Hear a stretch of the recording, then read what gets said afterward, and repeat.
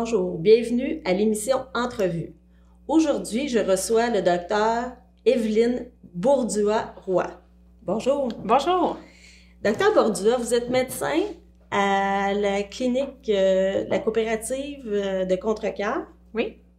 Et vous êtes également fondatrice de la clinique Reversa. Oui. Vous êtes médecin à la coop depuis combien de temps environ? Je suis médecin de famille à la coop depuis 2015. Parfait. Et vous pratiquez en tant que médecin avec quelle sorte de patients? En fait, étant médecin de famille, je vois des patients de tous les âges pour tout genre de problèmes. Donc, mes plus jeunes ont 6 mois, puis mes plus vieux, pas de limite d'âge, là, dans le fond. Et c'est ce que je fais la majorité du temps, là, la médecine familiale. C'est où que vous avez parti l'idée de partir à la clinique Reversa? En fait, la clinique Reversa c'est un programme, dans le fond, au sein de la coopérative Solidarité Santé de Contrecœur.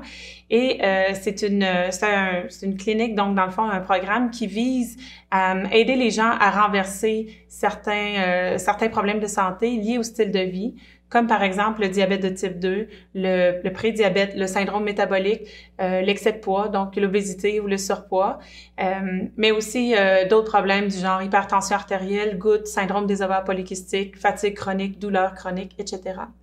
L'idée m'est venue, en fait, de ma propre expérience personnelle. En fait, quand j'étais en congé de maternité de mon 2e enfant, j'étais en surpoids, évidemment, après un accouchement, mais j'étais de plus en plus en train de prendre du poids, de prendre de plus en plus de poids malgré le fait que j'allaitais. Et j'étais vraiment très, très fatiguée. Et c'est des collègues médecins qui m'ont parlé de l'alimentation faible en glucides, l'alimentation cétogène et le jeûne intermittent. J'ai trouvé ça intéressant, un peu fou, honnêtement, là. Mais bon, intéressant. Ma curiosité scientifique était piquée. Alors, je suis allée lire là-dessus. J'ai lu un livre qui s'appelle « Le code obésité » de Dr. Jason Fung, qui est un spécialiste des reins qui travaille à Toronto, qui fait ce genre de médecine-là depuis vraiment longtemps, là, 2012, je pense que... Donc, dans le fond, le régime CETO, c'est sorti depuis combien de temps, ça, exactement? En fait, l'alimentation cétogène en tant que telle est connue depuis, mon Dieu, siècle dernier, même avant ça, probablement les années 1800. Ah, autant que ça. À une certaine époque, c'était le seul traitement qu'on connaissait pour les enfants qui étaient épileptiques avant d'avoir des médicaments. Et c'était aussi la façon dont on traitait, dans le fond, c'était l'alimentation qui était suggérée aux diabétiques de type 1 avant l'invention de l'insuline. Quand l'insuline a été inventée et que les médicaments anti-épileptiques ont été inventés, cette forme d'alimentation est un peu tombée en désuétude. Mais maintenant, elle a un regain de popularité maintenant face à l'épidémie de diabète de type 2 et d'obésité dans notre société.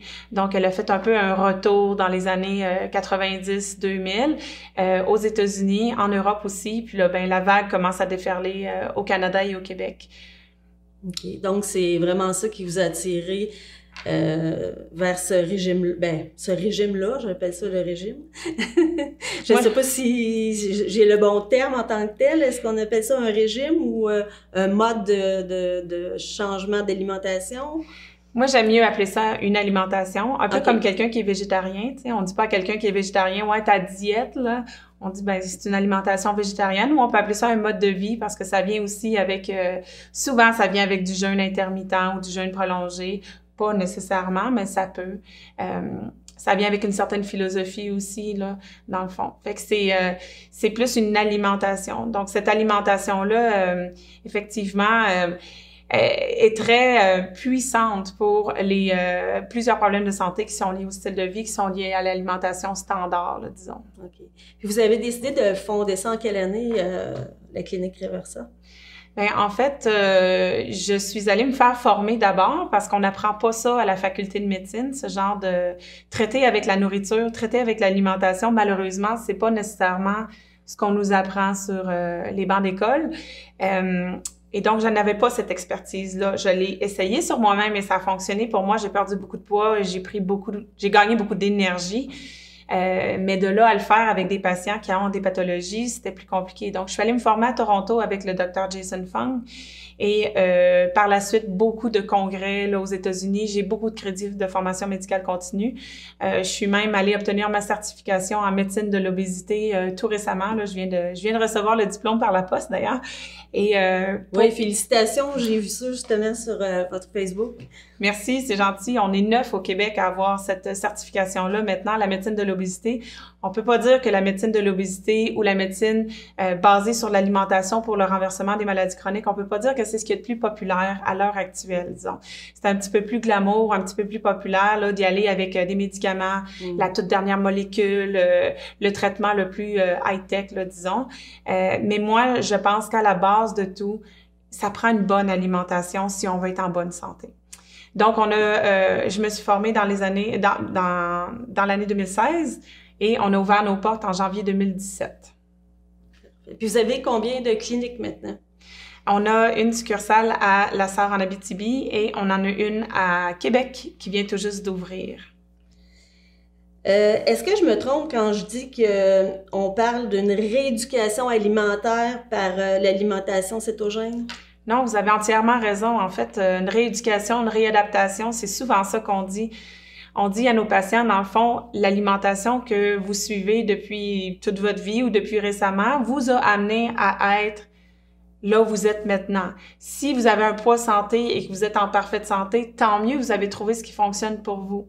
Si vous n'avez pas un poids santé et ou que vous n'avez pas la santé que vous voudriez, peut-être que ça serait intéressant de se pencher sur l'alimentation et de voir si on faisait différent, est-ce qu'on obtiendrait des résultats différents? OK.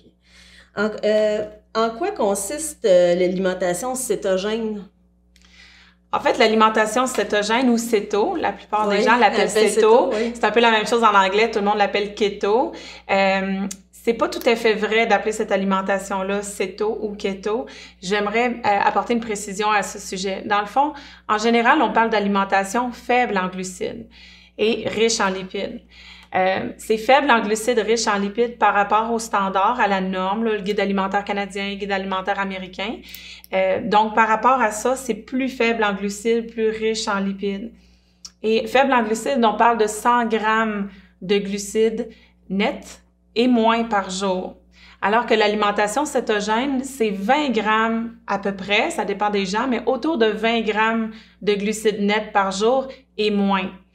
Et comme la plupart des gens aiment le raccourci, n'aiment pas dire l'alimentation faible en glucides et riche en lipides, on dit céto. Mais la majorité des gens qui disent « je mange céto, je suis céto » sont en fait faibles en glucides. Et c'est bien correct parce qu'on a beaucoup de bénéfices pour la santé à tout simplement réduire à 100 grammes et moins de glucides par jour, pas nécessairement obligé d'aller à 20 grammes et moins par jour. Pour certaines pathologies, il y a des indications thérapeutiques effectivement d'être cétogène, mais ça, c'est pas la majorité de nos patients. Okay. Donc, le sucre, c'est vraiment néfaste pour la santé. C'est très néfaste pour la santé. On nous fait croire, surtout l'industrie du sucre est très bonne là-dedans, elle a beaucoup de bons outils marketing pour nous faire croire que du sucre, c'est pas grave, un peu de tout avec modération, c'est juste des calories vides, etc. On sait maintenant que c'est pas juste des calories vides. On sait maintenant que le sucre a des impacts physiologiques, hormonaux à l'intérieur de notre corps qui peuvent être nocifs, délétères, effectivement. En particulier, on pense au foie gras. Les gens pensent que manger trop gras cause le foie gras, mais en réalité, on devrait appeler ça le foie sucré. Parce que les gens qui ont le foie gras qui n'est pas causé par les excès d'alcool, c'est causé par les excès de sucre, en particulier les excès de fructose, donc de produits transformés qui contiennent du sirop de maïs à haute teneur en fructose, etc. C'est bon à savoir parce qu'il y en a beaucoup qui ont le diagnostic du foie gras, là. On entend beaucoup parler de ça, là. Absolument. En fait, c'est très sous-diagnostiqué parce que dans nos lignes directrices actuellement, on ne nous dit pas de dépister la stéatose hépatique, le foie gras. Mais dans les faits, actuellement, c'est probablement la majorité de la population qui a un début de foie gras ou un foie gras modéré avancé. Nous, à la clinique, à tous nos patients, on leur fait faire une échographie au début du programme, avant qu'ils commencent à manger faible en glucides. Et si on le foie gras à ce moment-là, on refait une échographie à la fin du programme, donc 6 mois plus tard, pour voir l'évolution. Et dans une cohorte, pour vous donner un exemple, dans une cohorte de 20 patients, il y en a peut-être une personne qui n'a pas le foie gras. C'est énorme. Je énorme. dis pas que dans la population, 19 personnes sur 20 ont le foie gras, mais dans la cohorte de gens qui viennent nous consulter, c'est la très, très grande majorité qui ont le foie gras et qui ne le savent même pas. Ce qui est problématique avec le foie gras, c'est que ça évolue. Si on fait rien, ça va évoluer dans le temps. Ça peut mener à la cirrhose, ça peut mener au cancer. Mais quand on le sait à temps, on peut renverser ça. Parce que l'alimentation faible en glucides et cétogènes a été démontrée comme pouvant renverser la stéatose hépatique. Et c'est ce qu'on voit cliniquement. Donc, il y a beaucoup de bénéfices avec cette alimentation-là. Ça peut enrayer quelle sorte de maladies, là, si vous pouvez nous les nommer, ce que vous avez vu là, dans votre pratique? Là. Le plus fréquent, je dirais diabète de type 2, très connu. En fait, ce qui est moins connu, c'est que le diabète de type 2, on dit que c'est une maladie chronique et progressive, mais dans les faits, il existe des méthodes scientifiquement démontrées dans la littérature qui démontrent comment renverser le diabète de type 2. Par exemple, la chirurgie bariatrique. On a beaucoup d'articles scientifiques qui nous démontrent que quelqu'un qui a le diabète de type 2 et une obésité qui subit la chirurgie bariatrique bien avant la perte de poids va renverser son diabète de type 2. Donc ça, on sait que c'est possible. On sait aussi depuis quelques études récemment qui ont eu lieu au Royaume-Uni qu'une alimentation très faible en calories, dans le fond, entre 500 et 800 calories par jour, pendant plusieurs mois, ce qui est pas évident à soutenir. Ça aussi, ça peut permettre un renversement du diabète de type 2. Et on sait aussi que l'alimentation faible en glucides, l'alimentation cétogène et le jeûne intermittent peuvent renverser le diabète de type 2. C'est juste un petit peu moins populaire de procéder de cette façon-là. Mais donc, le diabète de type 2, ça a été décrit très bien dans la littérature. En particulier, pour ceux que ça intéresse, l'étude de Virta Health, qui vient de publier ses résultats à 2 ans, montre qu'effectivement, ils ont un taux de renversement au-dessus de 50% de leurs patients qui ont le diabète de type 2. Ensuite, on a le prédiabète, le syndrome métabolique, le surpoids, l'obésité, le syndrome des ovaires polykystiques, fatigue chronique, douleur chronique, hypertension artérielle, la goutte, ça c'est des choses qu'on voit là, tous les jours en clinique. Ça englobe beaucoup de choses. Oui, mais c'est toutes des pathologies qui, à la base, ont la même racine dans la majorité des cas. Cette racine est l'hyperinsulinémie, donc avoir trop d'insuline et développer une résistance à l'insuline.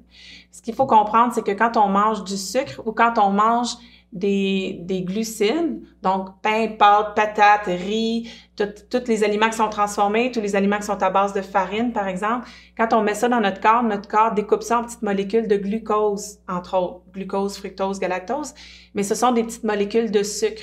Donc, même quand on mange, par exemple, un bol de spaghettes avec la sauce marinara, on pense pas qu'on mange du sucre. Mais une fois que c'est mis dans notre corps, ça se transforme en sucre. Et quand on mange des glucides, donc notre pancréas sécrète une hormone qui s'appelle l'insuline. Et cette hormone-là gère le sucre qui est en circulation. Mais quand on mange trop de glucides, on sécrète trop d'insuline, on devient en hyperinsulinémie et on devient résistant à l'insuline. Et c'est là que ça commence à se manifester par un gain de poids, un peu plus de fatigue, brouillard mental, des glycémies qui commencent à être pas tout à fait normales, mais pas nécessairement assez pour qu'on puisse être diagnostiqué diabétique. On commence à faire plus de cholestérol, on commence à avoir le foie gras, ce genre de choses-là, dans le fond. Fait qu'à la base, toutes les pathologies que je vous ai nommées ont souvent, pas toujours, mais souvent, la résistance à l'insuline comme cause première. Et c'est ça qu'on veut, c'est ça à quoi qu'on veut s'attaquer avec l'alimentation faible en glucides. On mange moins de sucre, on sécrète moins d'insuline, on réussit à baisser notre hyperinsulinémie et donc plusieurs choses commencent à s'améliorer, disons, à l'intérieur. Au niveau de la santé. Oui. Est-ce que l'alimentation cétogène est bonne pour tous? En fait, l'alimentation faible en glucides, disons, est bonne pour tous, sauf s'il y a des contre-indications. Par exemple, si on pense à des gens qui prennent des médicaments pour le diabète ou l'hypertension, ou la douleur, ou des médicaments pour la santé mentale, là, anxiété, dépression, schizophrénie, ce genre de choses-là, vaut toujours mieux valider avec son médecin, effectivement, ou en discuter avec son pharmacien. Les gens qui ont certaines conditions comme des troubles métaboliques de la gestion des lipides, ça peut être, c'est une contre-indication souvent, mais ça c'est des gens qui se connaissent, ça a été diagnostiqué dans l'enfance, là, en médecine spécialisée. Donc ça, c'est des gens qui savent qu'ils sont pas capables de métaboliser les lipides. Okay. Sinon, si on pense par exemple, aux personnes qui ont pas de vésicule biliaire ou qui prennent des antidépresseurs ou qui prennent des traitements, par exemple, à base de cortisone pour une polyarthrite rhumatoïde, ce ne sont pas des contre-indications, au contraire. Ouais. C'est peut-être même un plus pour ces personnes-là qui prennent des médicaments qui risquent de leur faire prendre du poids, d'essayer de mitiger les effets de leurs médicaments avec une alimentation qui favorise la perte de poids. OK, donc une personne, je sais pas, qui a eu une dépression, burn-out, n'importe quoi, il prend un médicament, là, un antidépresseur. Habituellement, c'est reconnu, un antidépresseur, que la personne, c'est rare, là, mais la personne prend un peu de poids. Là. Oui. Donc, cette personne-là, elle pourrait suivre l'alimentation cétogène et être capable de perdre du poids. Oui, absolument. C'est pas parce qu'on prend un médicament qui fait prendre du poids que ce médicament-là va nécessairement nous empêcher de perdre du poids. On a beaucoup de patients qui prennent des antidépresseurs. En fait, c'est très commun dans notre société de nos jours de prendre des antidépresseurs.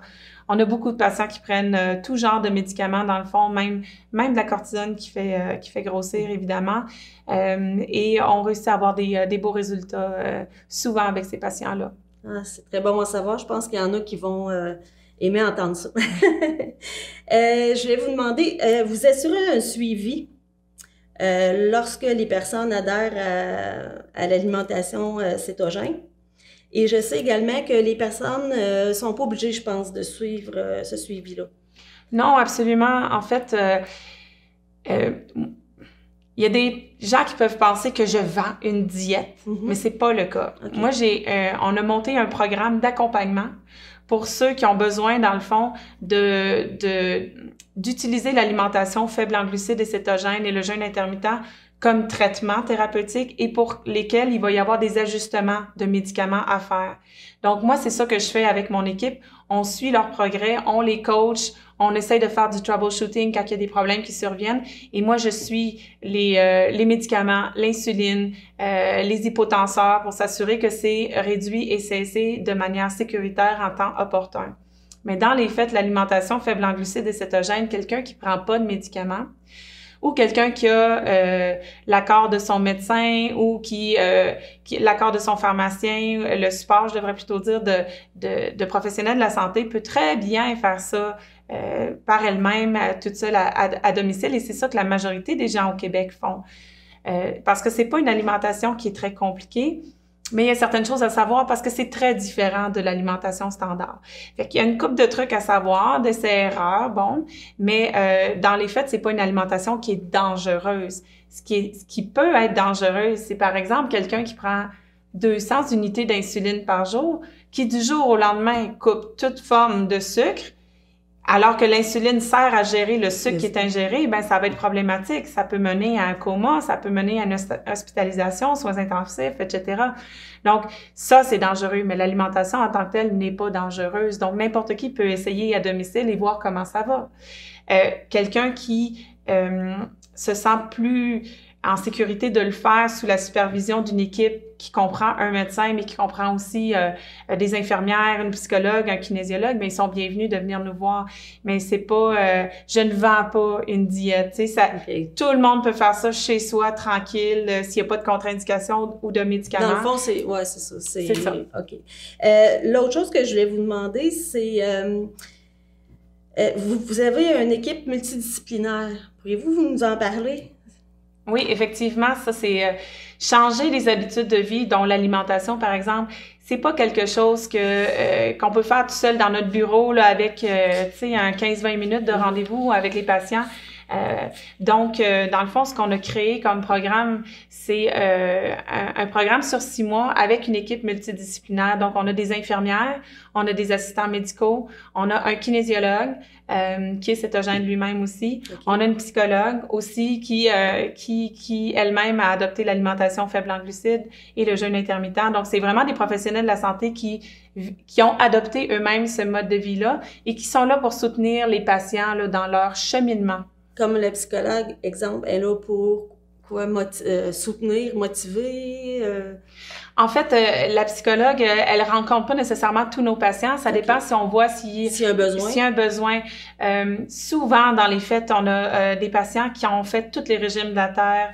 Le poids a fait le yo-yo, là, les montagnes russes toute leur vie. Et souvent, il y a un lien émotif avec la nourriture qui est difficile à défaire, ou il y a un traumatisme, ou il y a ce qu'on appelle des crises d'hyperphagie, par exemple, ou des espèces de crises de boulimie, mais sans comportement compensatoire nécessairement. Fait que des fois, nos patients ont des problèmes qui n'ont rien à voir avec la connaissance de quoi manger quand, etc. Tu sais, le pratico-pratique, là, dans le fond, ça se situe à un autre niveau. Dans ce temps-là, on leur demande si ils accepteraient de rencontrer notre psychologue pour essayer d'un petit peu de débroussailler les choses, puis de les orienter peut-être vers une thérapie ou quelque chose comme ça. La thérapie, nous, malheureusement, on n'est pas capable de la fournir, évidemment, ça coûterait trop cher. Mais la santé mentale fait effectivement partie de la santé et c'est une des pièces du casse-tête là, pour réussir dans ce changement d'habitude de vie-là. Et qu'est-ce que le volet mouvement? En fait, c'est que on a un peu tous, je pense, l'impression que pour maigrir, il faut manger moins, bouger plus. Nous, ce qu'on dit, ce qu'on comprend, en fait, ce que la science semble nous indiquer de nos jours, c'est que c'est pas une question de manger moins, donc couper dans les calories et de bouger plus, c'est une question de manger mieux par rapport aux effets physiologiques, hormonaux qu'a la nourriture et de bouger de manière à soutenir nos efforts et non à nous faire maigrir. C'est-à-dire que la perte de poids, c'est 85%, 90% l'alimentation. Je vous dirais l'alimentation, mais je rajouterais le sommeil, la gestion du stress aussi là-dedans. C'est peut-être un 5 à 10% qu'on peut attribuer, dans le fond, à l'activité physique dans les fêtes. Ce que beaucoup pensent le contraire. Absolument. Puis on connaît tous quelqu'un qui s'est soudain mis à s'entraîner comme un malade pour un marathon, quelque chose comme ça, qui a perdu son poids. Mais pour la majorité des gens, se mettre à faire 3 à 5 fois d'entraînement ou de marche ou d'activité physique par semaine, ce ne sera pas suffisant pour entraîner une perte de poids significative et une perte de poids qui va durer à long terme. Donc, l'exercice physique, c'est bon pour un paquet de choses. C'est bon pour la santé physique. C'est bon pour améliorer la densité osseuse, améliorer la masse maigre, donc les muscles, donc augmenter le métabolisme de base. C'est bon pour la santé mentale, c'est un réducteur d'anxiété, ça nous fait faire des hormones de bonheur dans notre cerveau. C'est bon pour améliorer le sommeil, c'est bon pour améliorer le microbiote intestinal, c'est bon pour socialiser, aller dehors un peu. C'est bon pour un paquet de choses. Et je veux que mes patients fassent de l'exercice physique, mais je ne veux pas qu'ils le fassent avec pour seul objectif de maigrir. Ils vont être déçus, et s'ils sont déçus, ils vont abandonner. Alors que l'activité physique, elle est bénéfique quand elle est faite de manière régulière. Peu importe l'intensité ou peu importe la durée, n'importe qui fait de l'activité physique d'une manière régulière, ça va être bon pour cette personne-là. Donc, nous, on a intégré un volet mouvement là-dedans. Donc, nos patients commencent avec nous. Pendant les 3 premiers mois, on leur parle pas du tout d'exercice physique. S'ils en font déjà puis ils veulent continuer, tant mieux. Mais s'ils en font pas, on leur dit ne commencez pas d'exercice physique pour l'instant. Okay. On va s'occuper de la nourriture, on va faire une réadaptation de votre alimentation, on va faire un 180 par rapport à ce que vous faites actuellement. On va améliorer comment vous vous sentez, votre énergie, votre bien-être, la douleur, l'enflure là, quand vous vous levez le matin puis tout ça. On va améliorer ça. J'imagine aussi qu'ils doivent choisir une activité physique qu'ils aiment. Là. Absolument. Ouais, c'est la clé du succès. Là. Oui, en fait, à 3 mois à peu près dans le programme, donc mi-chemin, on leur fait rencontrer notre kinésiologue. Et sa mission à lui, c'est de trouver, vous, c'est quoi vos limitations physiques? Tu sais, si vous avez mal dans les 2 genoux, là, on vous fera pas faire du jogging, hein, parce que vous le ferez pas, ça fera trop mal, c'est pas bon pour vos genoux. Fait que le kinésiologue s'assure de voir c'est quoi les limitations physiques, c'est quoi les limitations logistiques. Pas tout le monde qui est capable de s'acheter un abonnement au gym, par exemple, tu sais, qui a les moyens de ça. Et c'est quoi que vous aimez. Parce que si vous aimez pas ça, vous allez pas continuer. Donc, trouvez quelque chose que les gens aiment. Je sais que Santé Canada recommande 150 minutes d'activité d'intensité modérée à élevée par semaine, etc. Mais pour certains patients, la barre est trop haute par rapport à d'où ils partent. Et moi, j'ai pas cet objectif-là avec mes patients. Moi, ce que je veux, c'est d'où partons-nous? Si on part de 0 puis on vous amène à bouger un peu plus, mais que vous aimez ça et que vous le faites tous les jours ou régulièrement à partir de ce moment-là, on a gagné. Super. Mon autre question, c'est que tantôt, vous avez fait allusion à le stress. Oui. Le stress, pourquoi vous avez fait allusion à ça? Est-ce que c'est parce que ça fait enfler, gonfler, engraisser? En fait, le stress, ça nous fait sécréter des hormones de stress.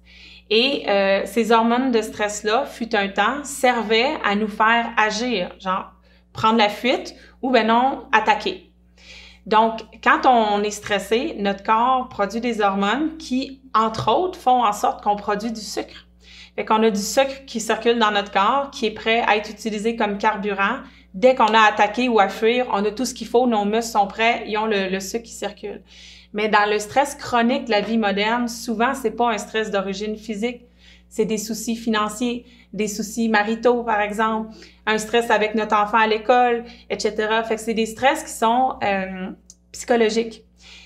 Mais notre corps, il a pas reçu le mémo, lui, fait qu'il produit quand même du sucre, par exemple, mais on s'en sert pas parce qu'on est dans notre tête et ça se passe dans notre tête, donc on va pas avoir une action physique par la suite. Ce sucre-là, s'il est là continuellement comme ça, ben c'est un sucre qui nous fait grossir pour toutes sortes de raisons hormonales, dans le fond, de cascades physiologiques à l'intérieur du corps.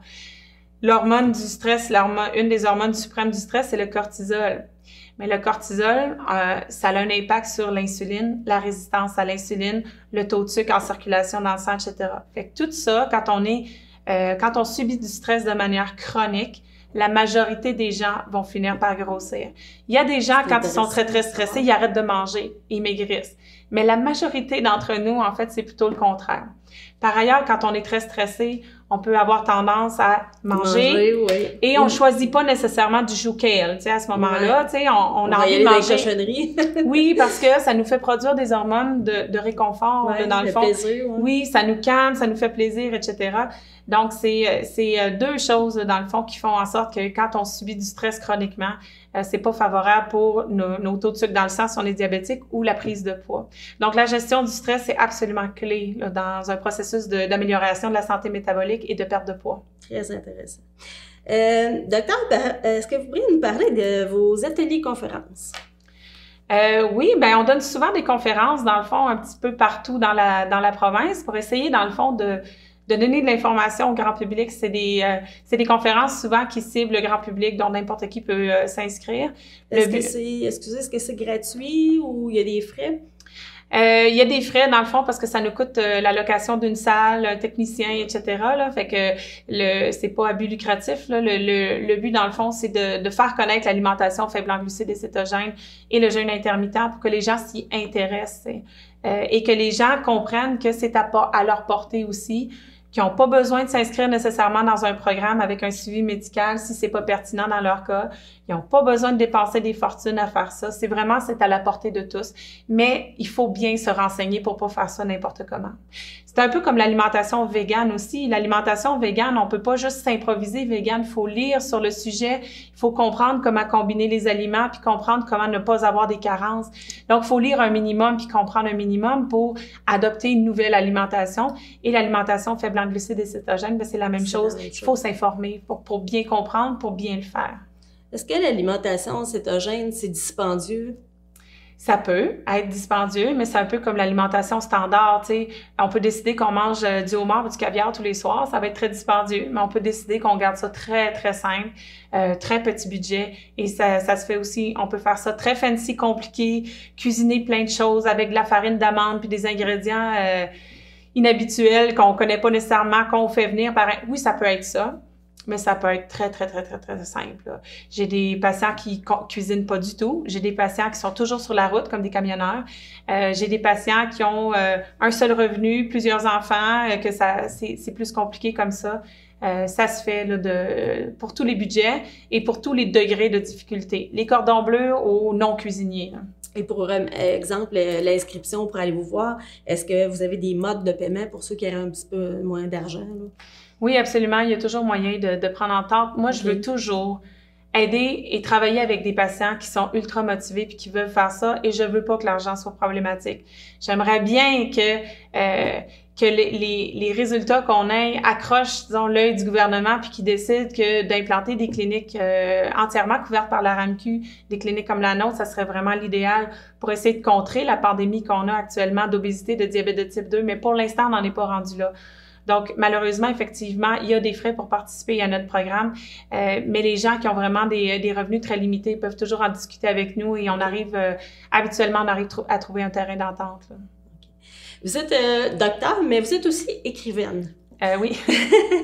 J'ai vu que vous aviez écrit des livres. Pouvez-vous nous en parler? Oui, en fait, je suis co-auteure du livre « Perdre du poids en mangeant du gras » tome 1 et tome 2. Le tome 1 a été écrit, dans le fond, écoute, on savait pas si ça allait marcher, là. On s'était, à l'époque, au Québec, c'était pas du tout connu, l'alimentation faible en glucides, l'alimentation cétogène. Le marché du livre au Québec est pas évident nécessairement. On est un petit marché ici. Donc, moi, personnellement, ça me prend à peu près 2 semaines à temps plein, là, pour écrire ma partie du livre. Et ça représente beaucoup de patients que j'ai pas vus. Donc, j'avais espoir d'en vendre au moins 6 000 pour essayer d'arriver kiff-kiff avec la perte. Et aux dernières nouvelles, on en avait vendu au-delà de 50 000 pour le tome 1. Ce qui est extraordinaire dans le sens où... C'est beaucoup. Oui, c'est beaucoup pour le Québec. Donc, c'est un plus que best-seller. Un best-seller au Québec, c'est autour de 3 000, 3 500. Ouais. Mais moi, ce que je trouve extraordinaire, c'est que ça dit qu'il y a vraiment un engouement ou une envie de la part des Québécois de connaître cette façon d'utiliser l'alimentation pour essayer d'améliorer leur santé. Et ça, je trouve ça fantastique. N'importe qui s'intéresse à l'alimentation comme premier traitement, chapeau, c'est fantastique. Que ce soit l'alimentation... un premier pas, là. Oui, absolument. Que ce soit l'alimentation faible en glucides cétogène ou que ce soit l'alimentation hypotoxique ou etc. De s'intéresser à l'alimentation et de penser qu'à la base de la santé, il y a l'alimentation. Ça, je trouve ça fantastique. Et où est-ce qu'on peut retrouver vos livres? Ils sont partout. Ils sont chez Costco, ils sont dans les Walmart, ils sont dans les épiceries, ils sont chez Archambault, Renombré, dans toutes les librairies. Dans le fond, quelqu'un m'a déjà dit qu'il l'a retrouvé chez Rona. Fait que vraiment partout. En ligne aussi, on peut commander de l'éditeur Pratico-Pratique. On peut commander sur Amazon. Le tome 1 et le tome 2 là, sont vraiment partout au Québec. Et là, le tome 1 vient d'être traduit en anglais aussi pour le marché canadien parce qu'en fait, le tome 1, c'est un des livres les plus prescrits par les médecins au Québec. Et, oui, donc mes collègues anglophones me disaient souvent, mais nous aussi, on aimerait ça le prescrire. Fais-le donc traduire. Et la maison d'édition a accepté de le faire traduire. Donc, actuellement, c'est probablement le livre le plus prescrit par des médecins au Canada. Vous devez être très fière. Mais je suis très contente parce que ça me dit qu'il y a beaucoup de gens, beaucoup de patients qui vont avoir accès à ça. Bien, je vous remercie beaucoup, Dr Bourdieu-Roy, d'être venu nous parler de l'alimentation cétogène puis de vos cliniques Reversa. C'était excessivement intéressant. Puis j'espère que vous allez revenir nous voir avec un autre sujet. Certainement. Merci de l'invitation. Je vous remercie d'avoir été à l'écoute et on se revoit pour une autre entrevue. Merci.